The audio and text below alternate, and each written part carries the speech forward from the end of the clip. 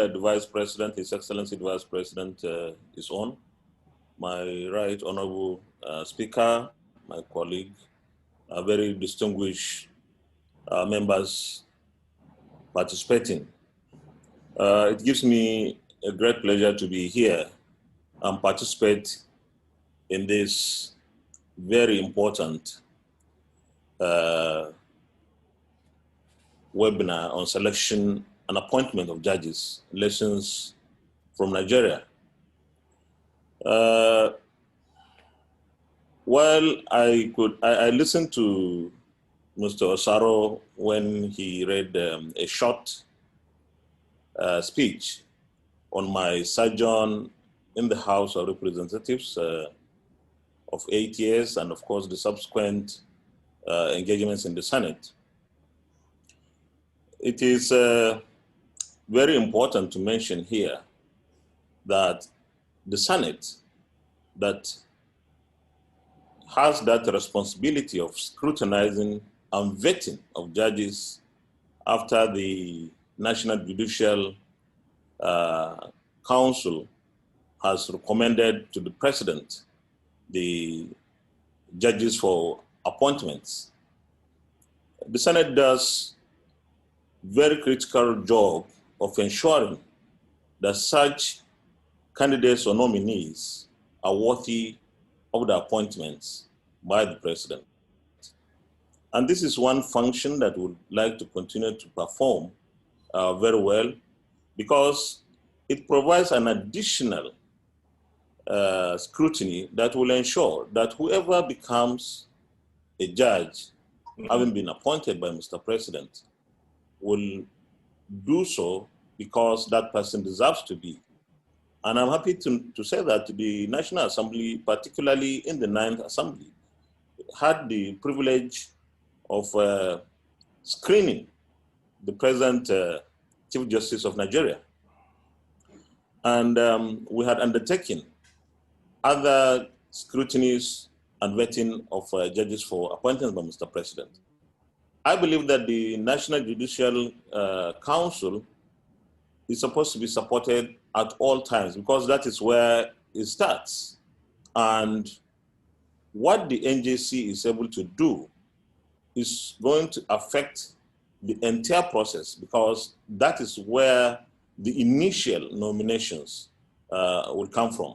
And I listened to them, Anne, where the practice in the United Kingdom, and that is what for a long time we've been trying to copy, because that is the common law that we practice in Nigeria. The selection process is rigorous there. I'm sure it is rigorous here as well. And I'm happy to also say that having had a Chief Justice of Nigeria who was a female, and in the Court of Appeal, we had a female president, and presently too, the present president is also a female. I think that is a very good commentary for Nigeria. But what is crucial is for us to continue to reform our processes by supporting the NJC, by supporting any possible judicial reform, trying to learn from our processes and processes of other countries in other jurisdictions, so that we continue to better the selection and appointment processes of judges in Nigeria, because this is what democracy rests upon. I will agree with one of our panelists who said democracy really rests on how good the judges are. In a situation where judgments are not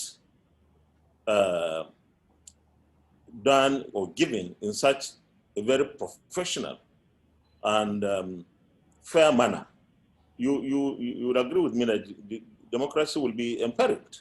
And so I believe that we should continue to support the judicial arm of government by continuing to provide legislative interventions. And I particularly feel that the process of selection and appointment is so crucial to the development of that very important and significant arm of government, that is the judicial arm.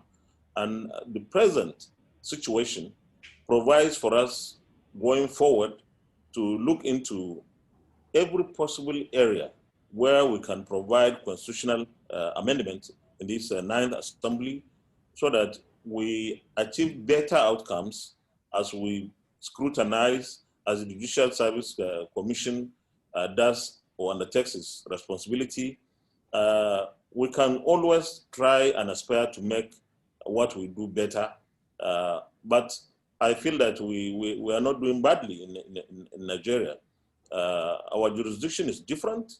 We can always do better if we take cognizance of our environment, who we are, and where we are coming from. I believe that the judicial arm of government is doing well, but of course there are some challenges. And you will agree with me that a lot of times people will insinuate, in some cases mention categorically that we have corrupt tendencies in the judiciary. That is not to say that every judicial officer is corrupt. Just maybe one or two in a given situation. And that is not a fair and charitable comment to say that the judiciary is corrupt. Where we find what we don't like, corrupt tendencies, such tendencies should be dealt with in the most appropriate manner.